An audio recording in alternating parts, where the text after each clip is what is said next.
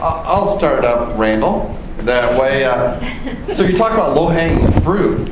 Why's not everybody utilizing them? I mean, what's the barrier for applying that everywhere? I think there's several reasons. Tradition. Will I get paid for this? That's an economic reason. How can I do this? This doesn't apply to me. I think so many of those, unless those producers that retain ownership will actually recoup more of those costs. I often say it this way: those people that add value through nutrition, genetics, health programs, temperament programs, those are the ways they add value. The more likelihood that they will recoup those investments, the longer they own the animal, the more likely they're able to recoup it.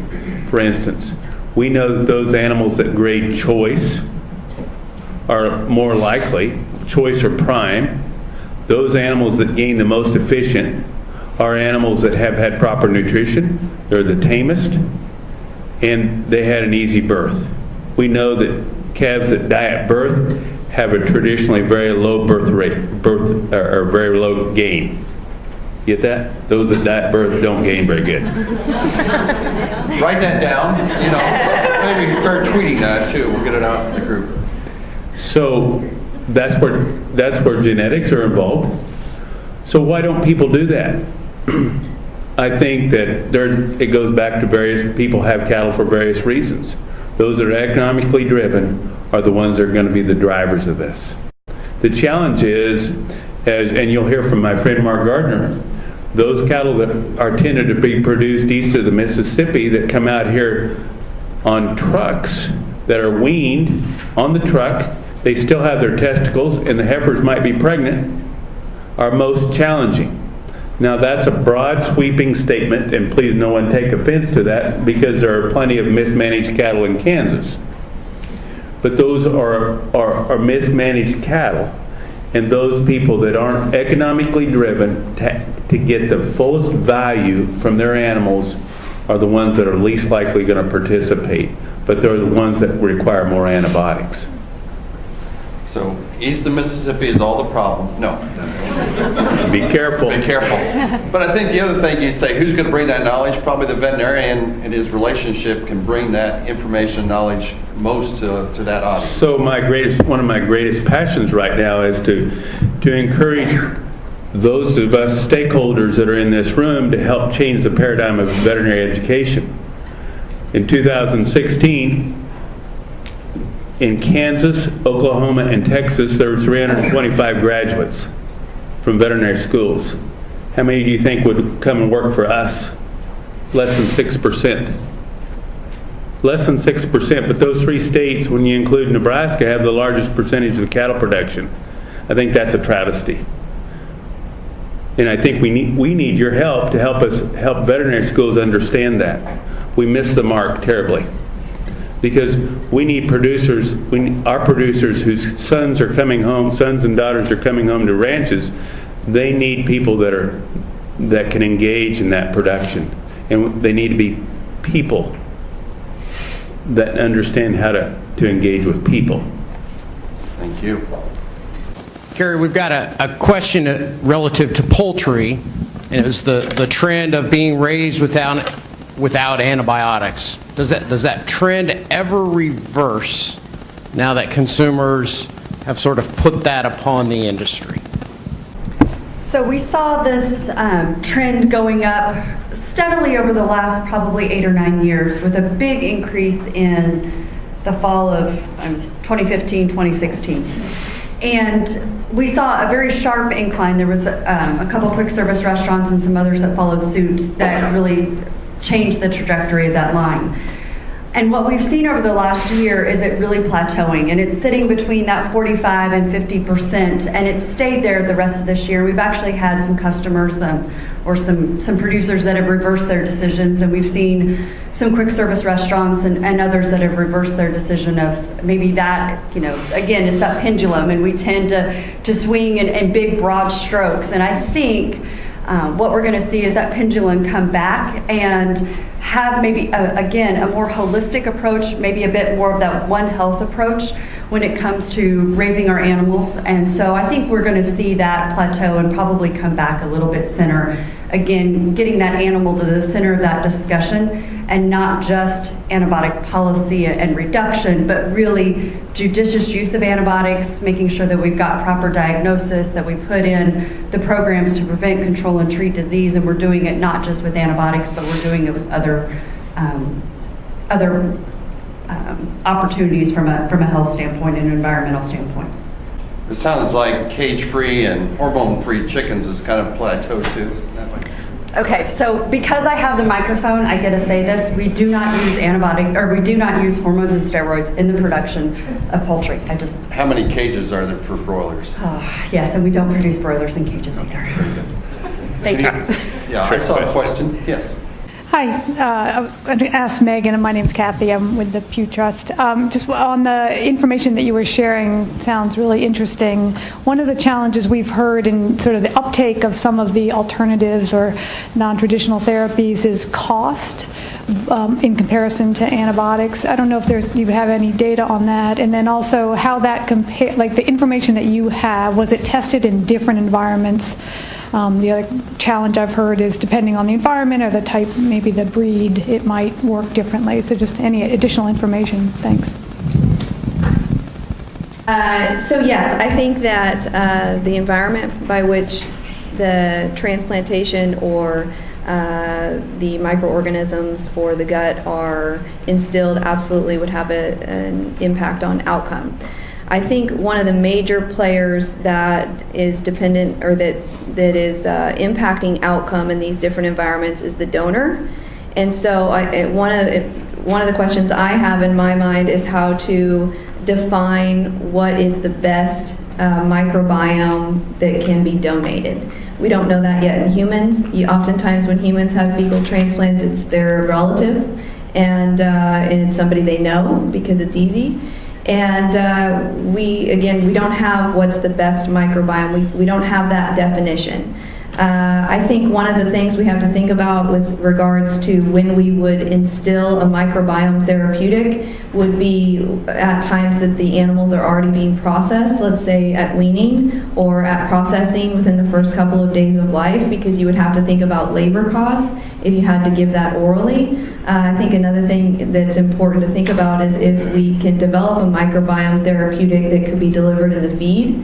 Obviously that would be less cost prohibitive and less labor intensive, and also reduce the stress to, let's say, the pigs.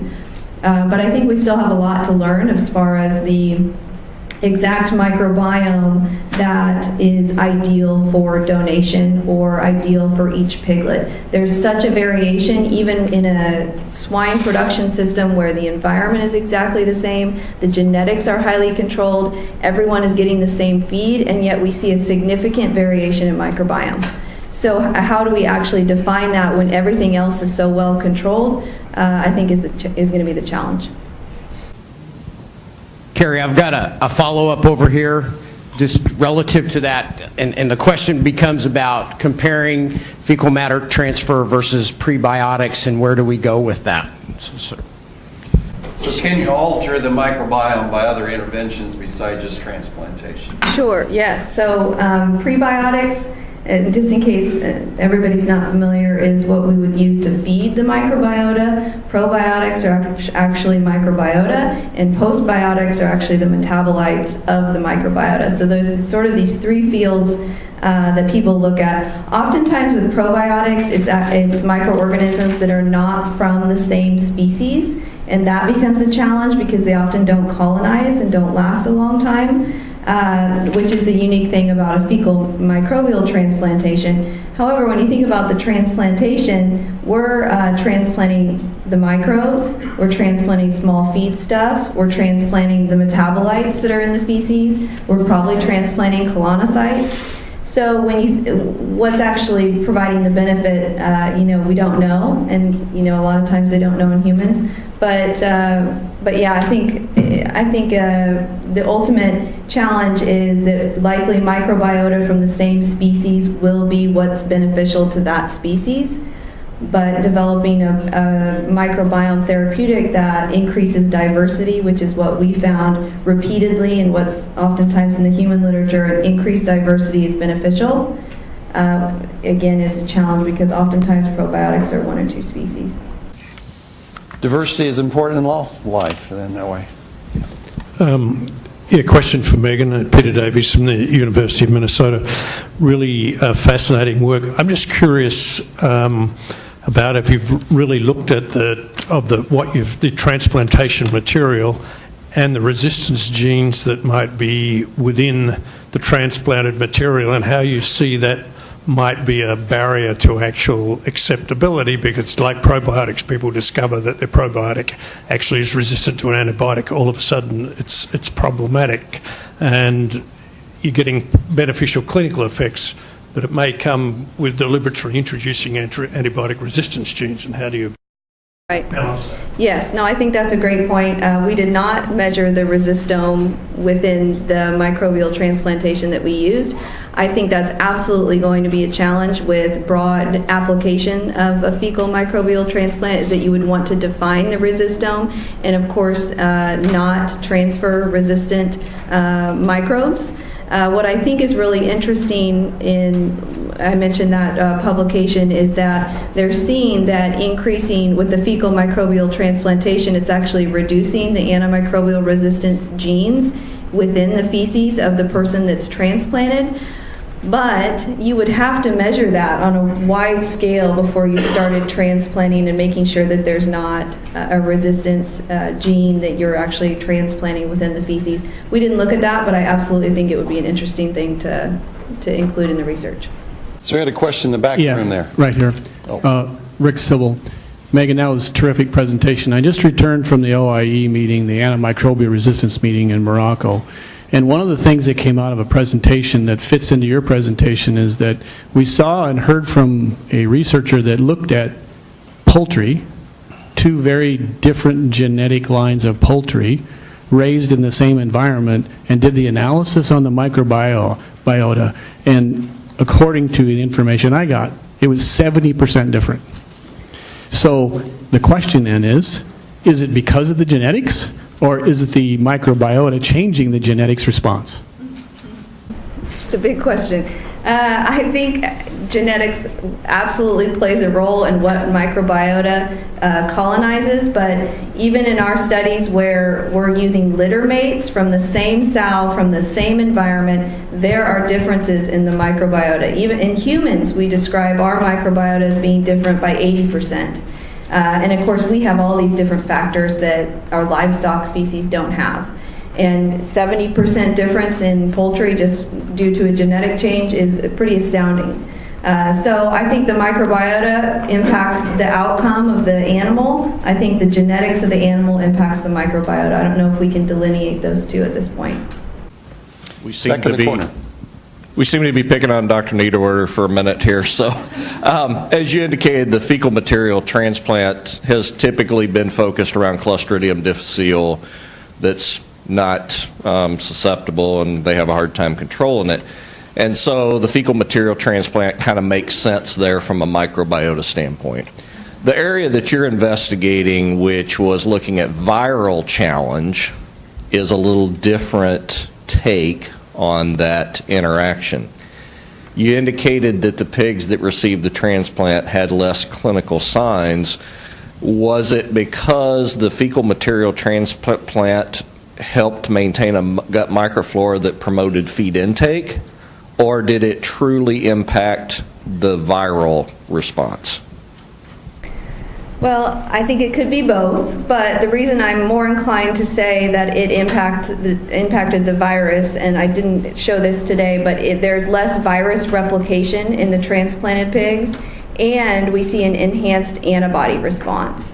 So whether that's because the microbiota just overall stimulate immunity, and it may not be specific to these two viruses, in fact, I hope it's not, that's the big question, I think, is what we're seeing here specific to these viruses. Now, these two viruses, as you probably know, significantly impact secondary bacterial infections. And so oftentimes PRRS is one of the main reasons that antimicrobials are used in swine production, and it's a virus. And so I do think there could be some application in completely healthy animals that are not challenged just to increase feed efficiency by looking at the composition of the microbiota. But in our case, I do believe there's an immune component. So Roxann, what is the biggest barrier to learning more and doing more research in your area and things that way? I think obviously funding, right? I mean, that is, and not just to ARS, but I mean to academia, to industry in general. I mean, there's just a dearth of funding for animal health and for agriculture in general. I think that's one of the big things. I think the other is to get people to realize that obviously, I think we all tend to think about AMR because it's the environment in which we work, but I think there are a lot of other researchers whose research could inform it, like engineers and, plant people and things like that, they're not actively involved in conversations about AMR, so they don't realize the impact that they could also have in their research. And so I think it's getting people to go outside of their comfort zone and to realize that they have investments in AMR and that they are invested in this and that their expertise could lend novel solutions to these problems that we've been thinking about for the past 15, 20 years. Very good. Widen the funnel. Yeah. That way. Good. I think there was a question over here. Yes. I guess I have a question for Dr. Spare, but I wanted to throw into Roxann as well, if that's all right, because I feel like she's been underrepresented. I'm curious if you've done any research on, for Roxann, I'm curious if you've done research on diagnostics for different bacterial illness in animals and in order to be able to better target therapy. And then for Dr. Spare, on this question of will I get paid for this, which I think is a big one, do you think that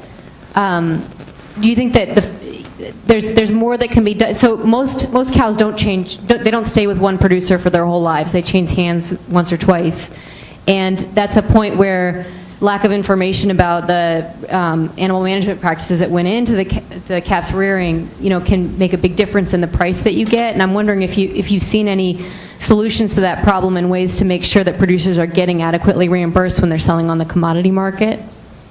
So Roxann, you can start.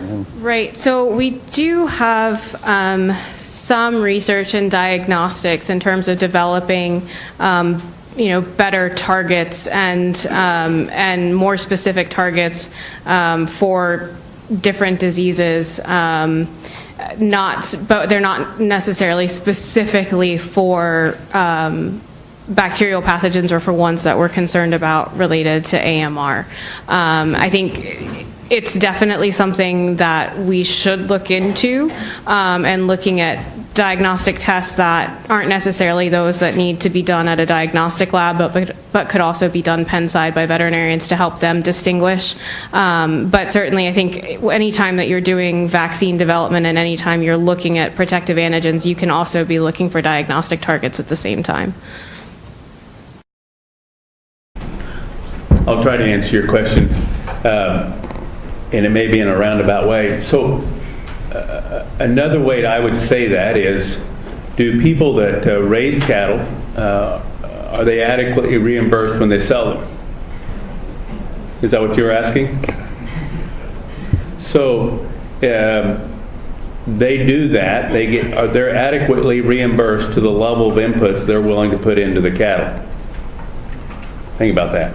They're adequately reimbursed according to the level of input they're willing to put into the cattle. So if I castrate my baby calf at birth and he doesn't have testicles when he's a 600-pounder, when he sells at Dodge City Cell Barn, he's worth approximately, if he still has his testicles at 600 pounds, he's probably worth today about $700. If he's a 650-pound steer that's weaned, that's ready to go on wheat pasture, he's worth $1,100. So a producer can choose, do I participate in the $1,100 market, or do I participate in the $750 market, or $650? I think that's their choices. So those are ways that people are adequately reimbursed for their efforts. So does that answer your question? Thank you.